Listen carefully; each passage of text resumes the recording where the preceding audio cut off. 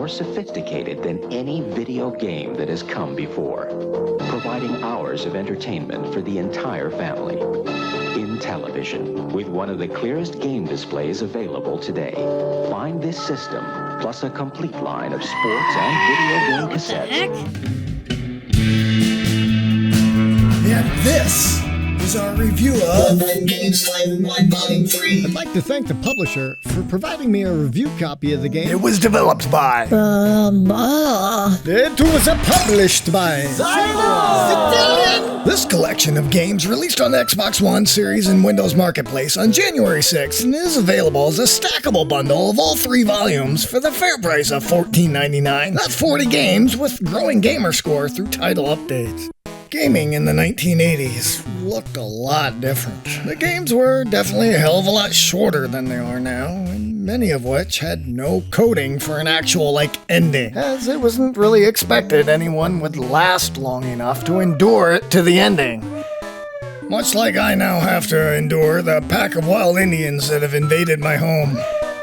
I've oftentimes heard the argument that games were more difficult back then, and the overall trend towards casual gamers, with checkpoints, respawns, and developer handholding, has really just kind of made us less skilled gamers.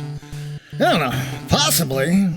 These shorter experiences really focused on score over the level progression as a way of determining your skills. Many of the games on the Atari, Commodore, and Intellivision I grew up with only required one button for player interaction. This week's title is a collection of games that celebrate this era of gaming with their third collection of single-button clickers that are really guaranteed to have you swearing at your TV in no time flat. Does it sound like fun? It kinda is. And if you're still watching this far into the video, you may be wondering why the basic programming games are making their way to modern consoles, and really why you should waste your time. Well, it's probably no secret that xitilon publishes games from developers in Eastern Europe and war-torn Ukraine. Over the last 3 years, they've endured air raids, power outages, and an enduring threat for their basic livelihood. I imagine working on game development may be a way to escape and take their minds off the atrocities that are just a few miles away. So yeah, support for Ukraine developers.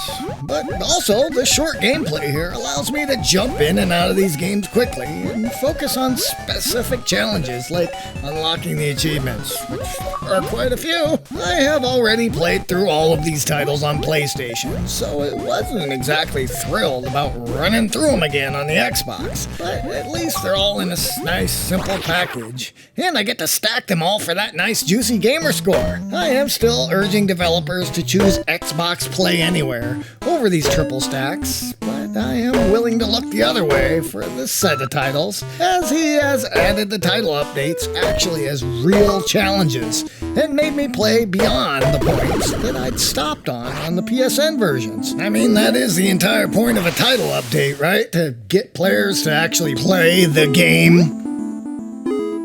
And at least they put some thought into the challenges beyond jump 5 times or die 10 times or push the box another 10 times. That's not adding anything to the game. That's just selling gamer score. It shouldn't be a chore to reinstall and play a game that I'm completely done with. So, on the topic of gamer score, this certainly is considered to be a cheap, quick, and easy achievement game, but I will warn you, they are skill dependent.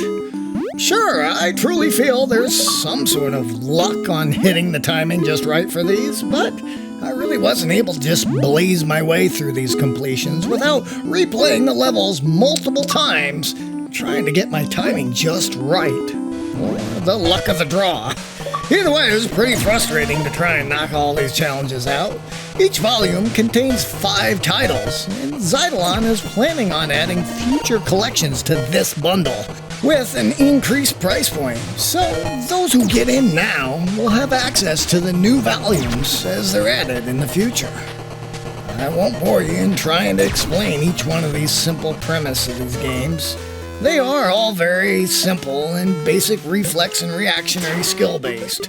If nothing else, it's just a way to support a group of devs that are still producing content in an active war zone, plagued by troubles that most of us will truly never understand.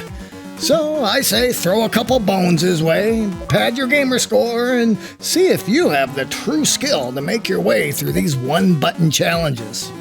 But as far as the games go, this bundle left the farm with a somewhat acceptable score of 2 beans out of 5. Yeah, well, that wraps up that review right there. Here's some notes I took. Where I put the keys to the tractor.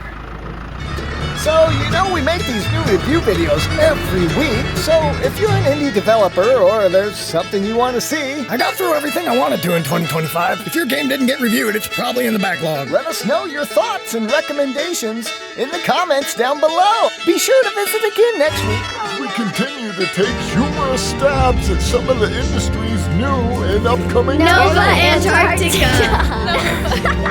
Stay safe out there. We'll see you next time on The Farm.